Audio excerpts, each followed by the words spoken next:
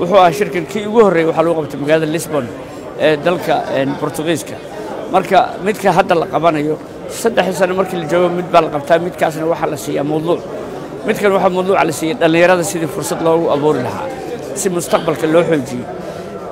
marka mawduuca ugu weyn ee laga wada hadlayo oo waliba ay ka soo qayb galeen dhalinyaro wadamada qaarkood ka socda labada qaaradood ka socda oo ka hadlay shirkan marka dhalinyarada ayaa xoog la saaraya laakiin mawduucyo badan ayaa la isla soo qaaday qodobada laga hadlay waxa weeye in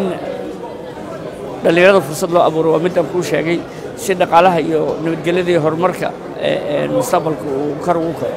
laakiin waxa yaabaha kale ee la isla soo qaaday waxa ka mid ah in dalalka Afrika iyo kuwa Yurub la ilaaliyo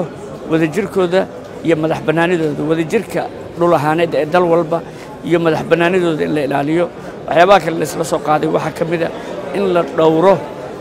oo laga ilaaliyo dalalka faragelin dibadda ka timaada oo siyaasadda gudaha soo fargashata in laga ilaaliyo ayaa ka mid ah arrimaha la isla soo qaaday arrimaha la isla soo qaaday waxa ka mid ah in la diido ama laga hortago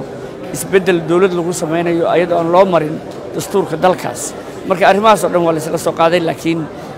wali hadda go'aanka dambeysay heshiis ma dhicin berita la filayaa inuu ka soo baxo